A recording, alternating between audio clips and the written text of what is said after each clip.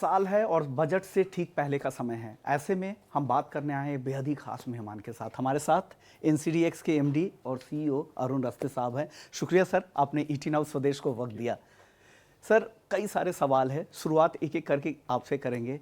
अब 3 सवाल मेरे मन में हैं। एक, जो एक्सचेंज के साथ जो 3 बड़े चैलेंजेस दिखते हैं, एक है जो मार्केट में जो पेनिट्रेशन जिस लेवल का होना चाहिए वो नहीं दिख रहा है, जो ज़रूरी इंफ्रास्ट्रक्चर है उसकी भी दिक्कतें बढ़ रही है, और किसान के साथ जो कनेक्ट होना चाहिए वो अब तक मिसिंग है। आप इसके अलावा कुछ और देखते हैं या ये सही है जो मैं कह रहा हूँ सर? आप जो कह रहे हैं बिल्कुल सही है, बट इसके पीछे 2 या 3 रीज़न भी हैं। पहला रीज़न तो ये है कि हमारा जो मार्केट है सिर्फ 20 साल पुराना है। अब 20 साल में आप इक्विटीज़ से कंपेरिजन नहीं कर सकते। इक्विटीज़ मार्केट 150 साल पुराना ऑर्गेनाइज्ड, हमारा सिर्फ 20 साल पुराना है। दूसरा, अगर आप नंबर ऑफ़ किसान देखते हैं इस कंट्री में, तो ऑलमोस्ट 50% जो हमारी आबादी है वो कृषि क्षेत्र से जुड़ी हुई है। उसमें से कितने लोग इस मार्केट को समझते हैं, ये मेजर चैलेंज है हमारे लिए। आप भी समझते हैं कि गांव में जाना और गांव में लोगों से ये बात करना कि फ्यूचर मार्केट क्या होता है, ये उससे ज़्यादा मुश्किल है जितना इक्विटी वालों को समझाना कि इक्विटी मार्केट क्या होता है। तो ये हमारे लिए चैलेंज है। हमारे लिए बहुत अच्छी बात है कि हमें IPFT के थ्रू हम लोग ये ट्रेनिंग प्रोग्राम्स कर रहे हैं। आज की तारीख में हम किसानों के साथ कर रहे हैं। हमारा उद्देश्य अब ये है कि हम आगे चल के हमारी जो यंगर जनरेशन है तो कॉलेज और स्कूल के माध्यम से लोगों के पास पहुँचे, जिसके लोगों को कमोडिटीज़ मार्केट के बारे में पता चले। आज आप करिकुलम उठा के देखते हैं यूनिवर्सिटीज़ का, इवन कॉमर्स का, फॉरगेट आर्ट्स या साइंस वालों को तो पता ही नहीं होता, बट कॉमर्स वालों को भी फ्यूचर मार्केट के बारे में, कमोडिटी डेरिवेटिव्स के मार्केट में पता नहीं होता, फैकल्टी को भी पता नहीं होता। तो हमारी कोशिश ये रहेगी कि एकेडमिक जो इंक्लिनेशन है हमारा और एकेडमिक जो सर्कल है, उन दोनों का कहीं मेल मिलाप हो, और एकेडमिक रूप से अगर हम घुस सकें तो एटलीस्ट जो पढ़ी लिखी समझदार रूरल पॉपुलेशन है उनको कमोडिटी मार्केट के बारे में पता चलेगा। दूसरा ये हुआ है कि कोरोना काल में करीब 2 करोड़ लोग इक्विटीज़ मार्केट से जुड़ गए थे, कमोडिटी मार्केट से नहीं जुड़े थे।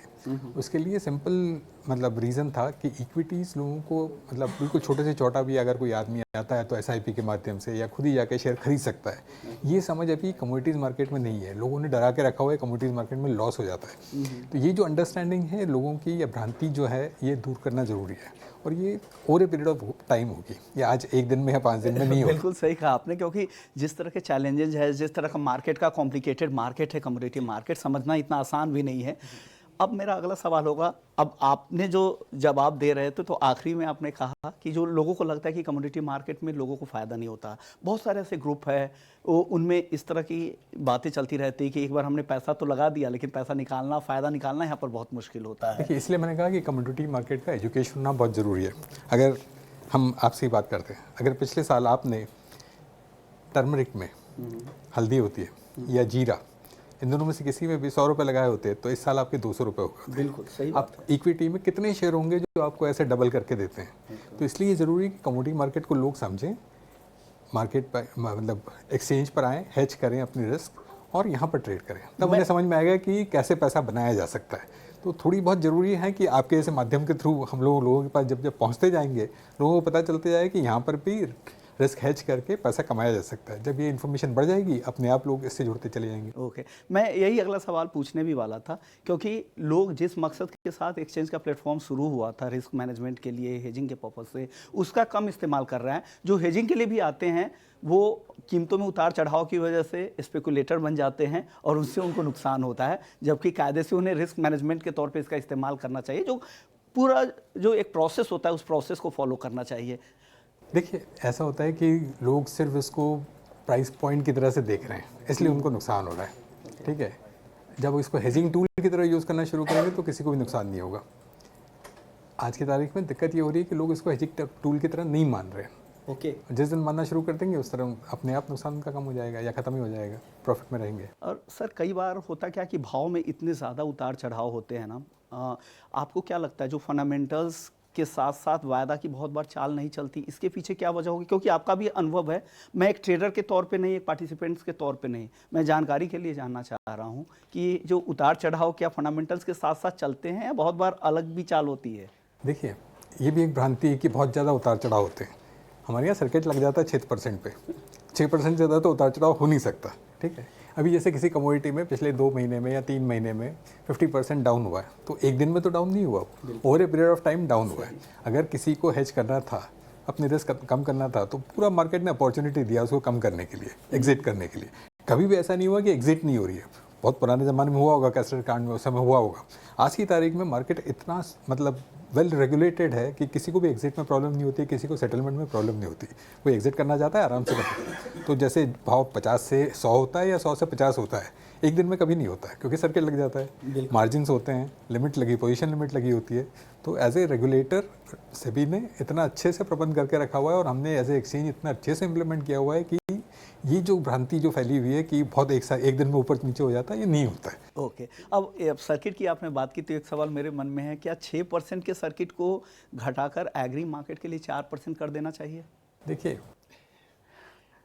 हालांकि इसमें पूरा सिस्टम प्रोसेस काम करता है, लेकिन मैं आपसे एक सलाह चाह रहा हूँ। नहीं तो 4% क्यों हो या 6% क्यों हो या 2% क्यों नहीं हो या पोजीशन लिमिट इतनी क्यों हो, हर एक का एक साइंटिफिक बेसिस होता है। किसी को स्टडी करके ये डिसाइड किया है। नहीं, मैं इसलिए पूछा कि हिस्टोरिकली बहुत बार 4% था वो सर्किट। करेक्ट। अगर तो 4 से अगर 6 हुआ है तो कोई रीज़न रहा होगा कि 4 से 6 किया गया है, ऑटोमेटेड तो नहीं था। ठीक है। दूसरी चीज़ ये कि जब पोजीशन लिमिट लगती है या कोई और हम लोग उसमें मार्जिन्स लगाते हैं, वो भी एक फार्मूला बेस्ड होता है। ऐसा नहीं है कि अरुण रास्ते को सुबह लग गया कि नहीं आज इसमें 2% में बढ़ा देता हूँ मार्जिन्स और मार्जिन बढ़ गया, ऐसा नहीं होता। There is a process, there is a system based on which हम लोग इसमें उतार चढ़ाव देखते हैं।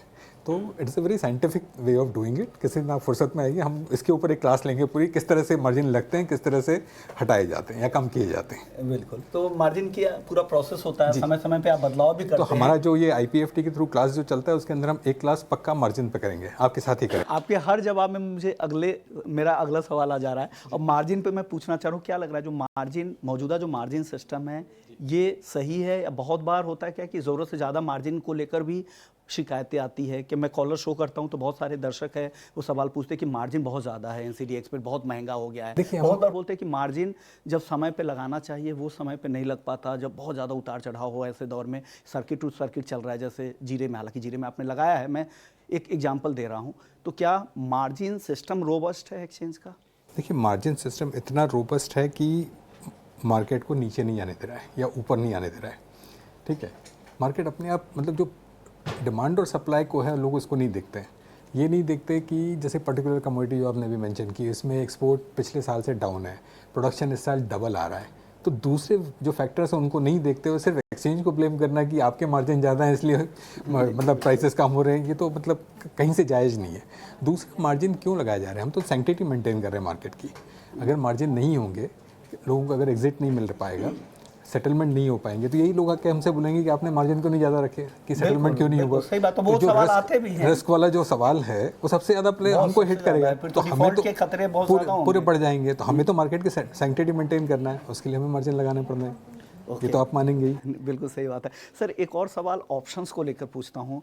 नॉन एग्री मार्केट अब धीरे धीरे एस्टेब्लिश्ड हो रहा है, ऑप्शंस का उनका मार्केट, लेकिन एग्री मार्केट में क्या दिक्कत हो रही है? क्यों हम ऑप्शंस मार्केट को बड़ा नहीं कर पा रहे हैं एग्री में?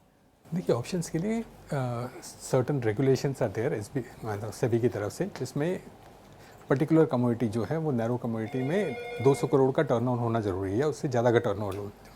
आज हमारे पास जो कम्युनिटीज़ हैं उसमें सिर्फ 2 में हम ऑप्शंस लॉन्च कर सकते हैं, बाकी में हम नहीं कर सकते। तो हम इस वक्त हमारे रेगुलेटर से बात कर रहे हैं कि हम अदर्स के लिए भी हमें परमिशन दे दें, वो अगर मिल जाएगी तो हम लॉन्च कर देंगे। हमारी तैयारी है कि अगले हम 2-3 महीनों में हम ऑप्शन ज़रूर लॉन्च करना चाहेंगे। अगर जैसे जीरा मिनी आपने लॉन्च किया, इस तरह के अगर मिनी में अगर बेहतर वॉल्यूम हो जाए तो आपको लगता है कि मिनी का ऑप्शंस बेहतर काम कर सकता है आने वाले समय में? तो मार्केट के डिमांड सप्लाई के ऊपर है, आज तो मैं प्रेडिक्ट नहीं कर सकता उसको, पर ये मैं बोल सकता हूँ कि हम लोग ऑप्शंस लॉन्च करने की तैयारी कर रहे हैं। अगले 2-3 महीने में हम ज़रूर लॉन्च करेंगे। अब जब आप लॉन्च की बात कर रहे हैं तो नए साल में और कौन कौन से प्रोडक्ट है जो आप लोग लॉन्च की तैयारी कर रहे हैं? देखिए, नए साल में हम कोशिश करेंगे कि हम कार्बन लॉन्च कर लें। दूसरी चीज़ हम कोशिश करेंगे, अगर येलो पीस पे हमें परमिशन मिल जाती है तो हम येलो पीस लॉन्च करना चाहेंगे। और इस वक्त हम लोग स्टडी कर रहे हैं कुछ नए प्रोडक्ट्स, जैसे इस वक्त दुनिया में वेदर फ्यूचर्स चलते हैं, इंडिया में नहीं चलते। गवर्नमेंट से अगर परमिशन मिल जाती है तो आज से 1-1.5 साल के बाद, इतनी जल्दी नहीं हो पाएगा क्योंकि पहले भी गवर्नमेंट से परमिशन आएगी सभी के पास, वहाँ से अप्रूवल मिलेगा, फिर हम वेदर फ्यूचर की। तो हमने अपनी तरफ से तैयारी शुरू कर दी है वेदर फ्यूचर लॉन्च करने के लिए, जो बेसिक रिसर्च होना चाहिए, उन्होंने शुरू कर दिया है। तो वेदर फ्यूचर्स, कार्बन क्रेडिट और एलओपीज पीली मटर का, इसके येलो फ्यूचर्स अगले साल के लिए 25-26 के लिए। ओके, यानी दो हमें वेदर और कार्बन क्रेडिट, इसके अलावा और भी कोई प्रोडक्ट देखते हैं। ऑप्शंस जैसे मैंने कहा अगले 3 महीने में ऑप्शन सब जरूर लॉन्च कर देंगे। ओके, अब सर माइक्रो और मिनी जैसे जैसे छोटे प्रोडक्ट है, इस प्रोडक्ट के बारे में लोगों की जो भागीदारी है, पार्टिसिपेंट्स है, छोटे छोटे पार्टिसिपेंट्स भी इसमें हिस्सा ले पाते हैं। हमने देखा भी है कि मिनी माइक्रो में पेटल जैसे कॉन्ट्रैक्ट नॉन एग्री में है, गोल्ड में है, तो उसमें पार्टिसिपेशन ज़्यादा होती है। आपने शुरुआत तो कर दी है, क्या आने वाले समय में मिनी माइक्रो के नंबर सब दिखेंगे एग्री वायदा में बहुत ज़्यादा? देखिए, मिनी तब सक्सेसफुल होता है जब प्रोडक्ट की वैल्यू बहुत ज़्यादा हो और छोटे लोग मतलब छोटे लॉट्स में इन्वेस्टमेंट के लिए पार्टिसिपेंट्स के लिए सुविधा हो। जैसे अगर कॉन्ट्रैक्ट वैल्यू बहुत ज़्यादा होती है, एक लॉट की वैल्यू बहुत ज़्यादा होती है, तो मिनी लॉन्च करना फ़ायदेमंद होता है, क्योंकि जो छोटा पार्टिसिपेंट होता है वो भी आ सकता है उसमें, क्योंकि लॉट साइज हमने कम कर दिया, ज़्यादा लोग उसमें अट्रैक्ट हो जाएंगे। तो एनी कमोडिटी जहाँ कमोडिटी की वैल्यू ज़्यादा है, लॉट वैल्यू बहुत ज़्यादा है, वहाँ पर मिनी लॉन्च करना लॉजिकल है। अदरवाइज वो कैनिबलाइज कर देगा मेन कॉन्ट्रैक्ट को आपके। ओके, आपको लग रहा है कि जो मौजूदा समय है इसमें प्रोडक्ट इनमें कुछ और इनोवेशन डेवलपमेंट की और ज़रूरत है? देखिए, विद इन रेगुलेटरी पैरामीटर्स जो जो हम कर सकते हैं हम पूरा करेंगे। ज़रूरत तो हर बार होती है, क्योंकि इवॉल्व होना तो हमारे लिए बहुत ज़रूरी है, मार्केट के लिए भी, एक्सचेंज के लिए भी, प्रोडक्ट के लिए भी। तो प्रोडक्ट एवोल्यूशन तो कंटिन्यूस बेसिस पे चलता रहता है, बट रेगुलेटरी दायरे में रहते हुए प्रोडक्ट एवोल्यूशन में प्रोडक्ट जो भी टेक्निक चेंज हो सकती है वो हम ज़रूर करने की कोशिश करेंगे। ओके सर, बजट बहुत करीब है, तो एक सवाल मैं ये भी जानना चाह रहा हूँ कि आप देश के सबसे बड़े एग्री एक्सचेंज चलाते हैं, तो एक्सचेंज के तौर पर आप लोगों की डिमांड क्या है एग्री पूरे इस वैल्यू चेन को जिससे फ़ायदा मिले? बजट में ऐसा क्या होना चाहिए? हालांकि ये इन अंतरिम बजट है, लेकिन जब पूर्ण बजट आए जुलाई अगस्त के महीने में, उस समय कम से कम ये डिमांड पूरी हो जाए। देखिए, एग्री के लिए ज़रूरी है कि आपकी लॉन्ग टर्म पॉलिसीज़ जो हो वो कंसिस्टेंट हो। वो उसके लिए बजट की मतलब कोई ज़रूरत नहीं होती अपने आप ही। जैसे गवर्नमेंट ने भी कुछ पॉलिसीज़ अपनी पहले से डिक्लेयर कर दी जो अगले 5 साल तक कंसिस्टेंट रहेगी। जैसे गवर्नमेंट प्रोक्योर करने वाले हैं, जो हमारी बेसिक नीड्स हैं उनकी वो प्रोक्योर करके सेल भी करने वाले हैं, तो पॉलिसी कंसिस्टेंट है। तो इस तरह की अगर कंसिस्टेंट पॉलिसी होती है। दूसरी एक पॉलिसी उन्होंने की है कि हर ब्लॉक में वेयर हाउसिंग की मतलब पैक्स के थ्रू वेयर हाउस बनाएंगे। तो ये कंसिस्टेंट पॉलिसी है। इन पॉलिसी से लॉन्ग टर्म इम्पैक्ट पड़ेगा एग्री पे, ये कि हमारी जो स्टोरेज का जो वेस्टेज होता है वो कम हो जाएगा। अब हमें ये चाहिए कि वहाँ पर जो वेयर हाउस जो बन रहा है, अगर उसको मंडी का दर्जा दे दिया जाए तो किसान के लिए और फ़ायदा हो जाएगा। पर ये बजट में नहीं आता, ये नॉर्मल पॉलिसीज़ में आता है। तो बजट से हमें कोई बहुत ज़्यादा मतलब उम्मीदें नहीं है, नहीं ज़रूरत नहीं है। मतलब सीटीटी वगैरह के ऊपर में लग रहा है कि इस बार कुछ राहत मिले या अगली बार जब पूर्ण देखिए, सीटीटी की डिमांड पिछले 3-4-5 सालों से कंसिस्टेंटली हो रही है, तो हो सकता है कि सरकार सुन ले। उम्मीद पर तो दुनिया कायम है।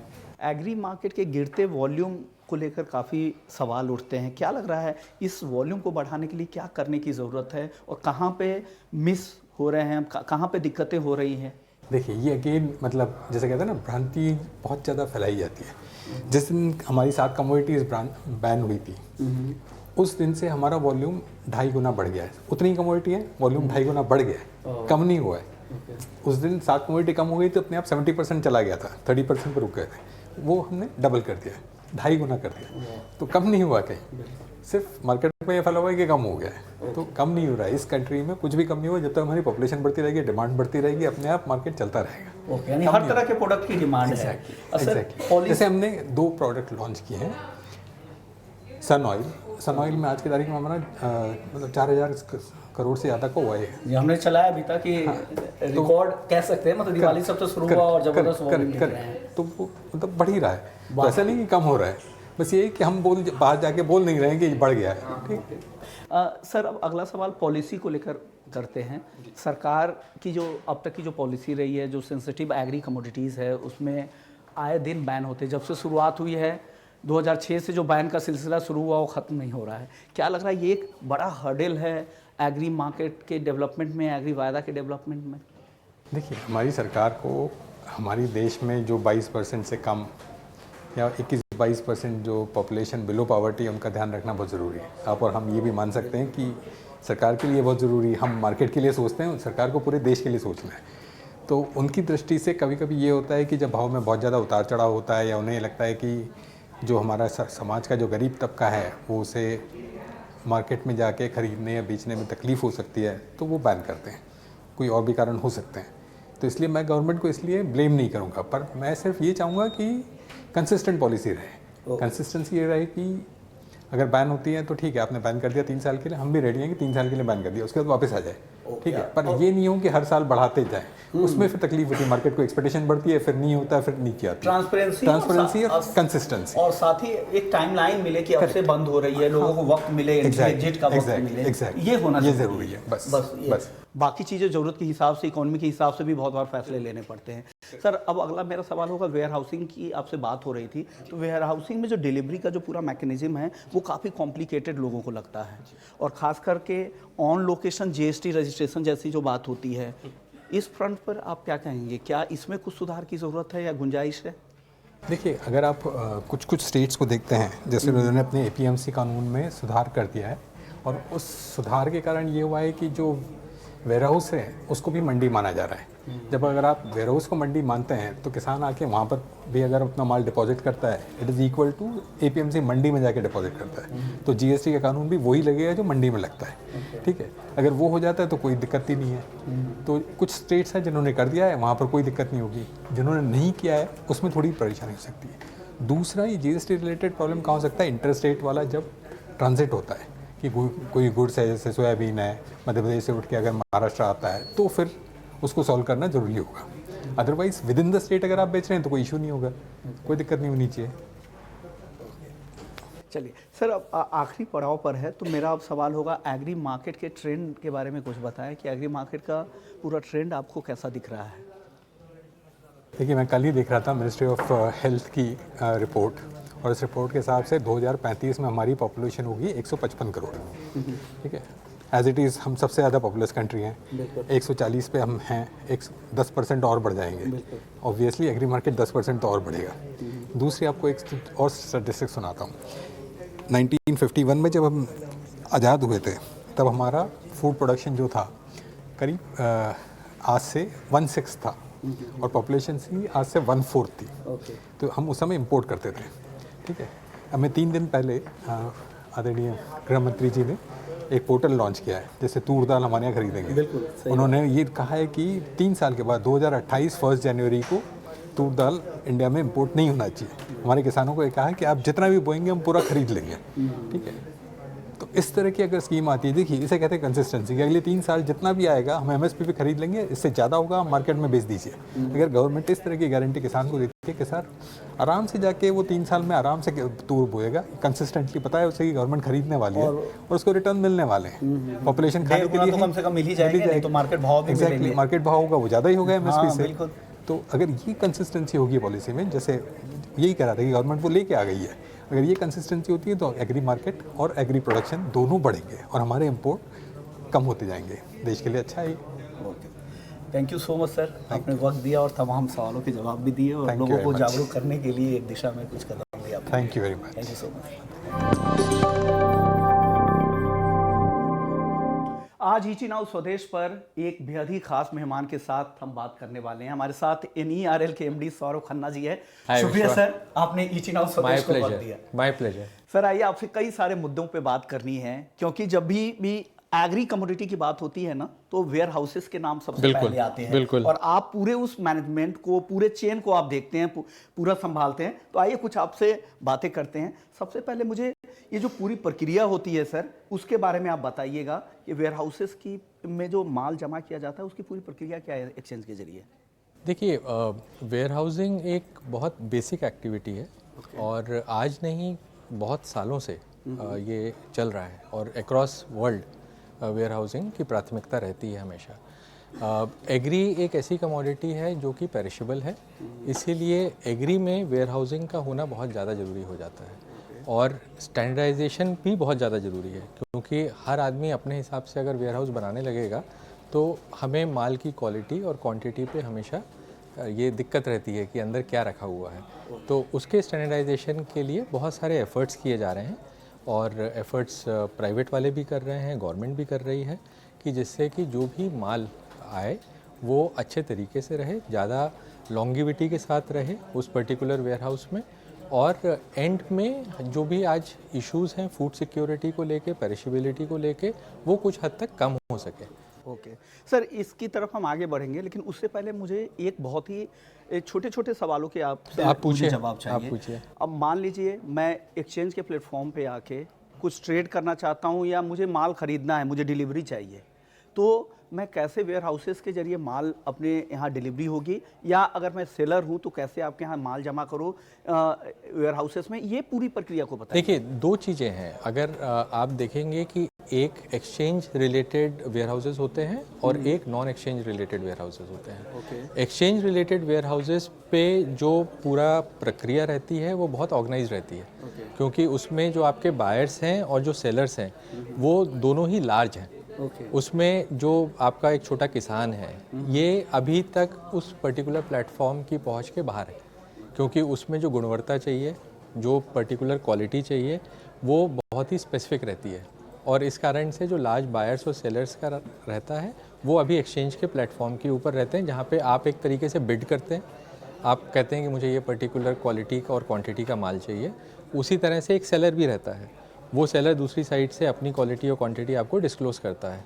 अगर दोनों की प्राइस की पैरिटी मिल जाती है तो एक्सचेंज के ऊपर ट्रेड हो जाता है, और उसके ऊपर अगर डिलीवरी उनको चाहिए रहती है तो एक पर्टिकुलर समय और जो भी दोनों ने आपस में तय कर रखा है उसके हिसाब से उनको डिलीवरी दे दी जाती है। और नॉन एक्सचेंज में जब हम आते हैं तब हम देखते हैं कि नॉन एक्सचेंज में ये ऑफ साइट ट्रेड जिसे हम कहते हैं, कि एक बायर किसी लोकेशन पे बैठा हुआ है, उसके कुछ एजेंट्स हैं जो दूसरी लोकेशन में बैठे हैं, और वो उसको बताते हैं कि इस पर्टिकुलर एरिया में ये 5 लोग हैं जिनसे आप माल खरीद सकते हो। और फिर वो एक सैंपल खरीदता है, देता है, सैंपल उसको ठीक लगता है तो वो बोलता है कि इस पर्टिकुलर वेयर हाउस में माल जमा कर दीजिए और मेरे नाम पे इस माल को ट्रांसफ़र करिए। तो वो सारी जो प्रक्रिया है वो नॉन एक्सचेंज रिलेटेड होती है। ओके सर, एक सवाल एक और मेरे पास है, इसमें भी ऐड ऑन कर दीजिएगा। क्या अगर किसी को एक्सचेंज के जरिए ट्रेड नहीं करना हो, एक्सपोजर नहीं लेना हो, अगर वो चाहे वेयर हाउस में माल जमा करना, तो क्या ये संभव है क्या? हाँ बिल्कुल, क्योंकि अगर वो वेयर हाउस में माल जमा करना चाहता है और उसको ये है कि मुझे मेरे को लगता है कि इस पर्टिकुलर कमोडिटी के आगे चल के प्राइस में कुछ तेजी मंदी कुछ होने का है, तो वो माल रख सकता है। और कॉस्टिंग क्या होगी, कॉस्टिंग इसकी? कॉस्टिंग डिपेंड करता है कि वो क्या पर्टिकुलर वेयर हाउस है। अगर वो समझ लीजिए कि कोई स्टेट वेयर हाउस या सेंट्रल वेयर हाउस में अगर माल रखता है तो वहाँ पे उनका जो पर मेट्रिक टन जो उनको जो खर्चा उधर पे पड़ता है वो करीबन 60 रुपये, 70 रुपये, 80 रुपये, डिपेंड करता है कौन सी लोकेशन है। 60 से 70 रुपये पर क्विंटल या पर टन? पर मेट्रिक टन पर मेट्रिक टन के हिसाब से उनको वो खर्चा अलग से आता है वहाँ पे। तो उसके हिसाब से वो लोग खर्चा अपना देखते हैं कि अगर वो उनको 2 महीने के लिए रखना है, 3 महीने के लिए रखना है, तो ओवरऑल कॉस्टिंग में अगर उनको लगता है कि मेरे को इस पर कुछ फ़ायदा मिलेगा तब तो वो पर्टिकुलर वेयर हाउस में माल रखेगा। अगर उसको लगता है कि नहीं मिलेगा तो वो तुरंत बेच देगा। तो इस हिसाब से वो अपनी कॉस्टिंग निकालते हैं। तो अगर जैसे मैंने माल आपके यहाँ जमा किया, मैं किसान हूँ, आपके यहाँ माल जमा किया, अगर मेरी क्वालिटी आपके पैरामीटर के हिसाब से नहीं है तो आप किसान के माल को एक्सेप्ट नहीं करेंगे? देखिए, ऐसा रहता है कि जो अभी सरकार के जो नए जो आप ट्रेडिंग प्लेटफॉर्म जिसे कहें, जो कि अगर एक्सचेंज तो नहीं, जैसे ई नाम है, तो ई नाम का जो प्लेटफॉर्म है वो किसानों के लिए ही है। बिल्कुल। तो जिसमें कि किसानों के जो माल होता है और उनकी जो गुणवत्ता होती है वो उस पर डिफाइंड है, और उसके बेसिस पे किसान बिड कर सकता है। वो माल उतना अच्छी क्वालिटी का भले ही ना हो जितना कि आपका एक्सचेंज के ऊपर रहता है, बट वहाँ भी ट्रेडिंग हो रही है। और ये धीरे धीरे प्लेटफॉर्म को गवर्नमेंट बढ़ाना चाहती है, क्योंकि जिससे कि आज जो एक नॉर्मल किसान है वो सीधा एक बिचौलिए को माल बेच दे और फिर वेट करे कि भाई वो उसको माल बेच के इसको पैसा कब लौटाएगा, तो ये एक्टिविटी किसान खुद भी कर सकता है। बिल्कुल। तो उसके लिए ही गवर्नमेंट अग्रसर है कि ये किस तरीके से इनाम के प्लेटफॉर्म पे लोगों को लाया जाए और उसके ऊपर ज़्यादा से ज़्यादा ट्रेडिंग की जाए। ओके, क्वालिटी को लेकर अब एक और सवाल उठ रहा है। क्वालिटी, मान लीजिए कि आपके वेयर हाउसेस में माल जमा हो गए, आपने क्वालिटी उस समय तो चेक कर लिए, लेकिन बाद में डिलीवरी से पहले और बीच का जो गैप है, उस गैप में उस क्वालिटी को मेंटेन करने की जिम्मेदारी आपकी है। क्या वो मेंटेन रह पाती है? क्योंकि बहुत सारे पेरिशेबल आइटम भी होते हैं, कई बार हमने सुना है जैसे कॉटन केक के मामले में ही वो ख़राब हो जाते हैं 2-3 महीने में। देखिए, जहाँ तक एक्सचेंज की बात है, एक्सचेंज क्वालिटी की जिम्मेदारी अपने ऊपर लेता है। ओके। तो उसमें एक्सचेंज ये ध्यान रखता है कि जो भी क्वालिटी पैरामीटर्स उन्होंने आपको बताए हैं वो parameter at the time of delivery maintain रहें, नहीं तो उस पर पेनल्टी लगती है और वो पेनल्टी जो भी सेलर है और अगर उसमें एक्सचेंज ने जो भी क्वालिटी पैरामीटर्स तय किए हैं वो नहीं पाए गए तो उसमें इशू आता है। अगर बट आप जैसे नॉन एक्सचेंज की बात करें उसमें ज़्यादा चीज़ें होती हैं क्योंकि उसमें आपको बहुत सारी चीज़ें एजेंट्स के ऊपर डिपेंडेंट रहता है कि जो एजेंट ने आपको बताया है वो माल उस टाइम है कि नहीं है।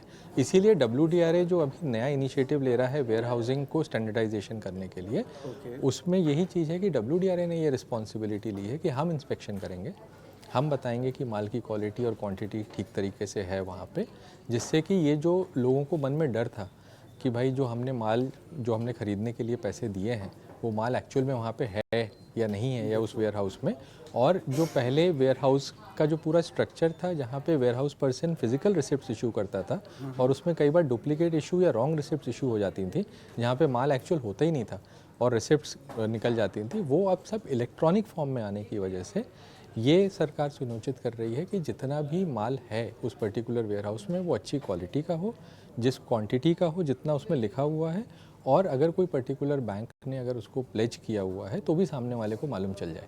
शुक्रिया सौरभ जी, आपने वक्त निकाला Thank इटिनाउ you. स्वदेश के लिए और तमाम मुद्दों पर चर्चा Thank की you. और लोगों को अवेयर भी किया कि कैसे पूरा वेयर हाउस का सिस्टम एक्सचेंज के प्लेटफॉर्म के जरिए काम करता है। Thank you so much. Thank you so much, thank you. Thanks.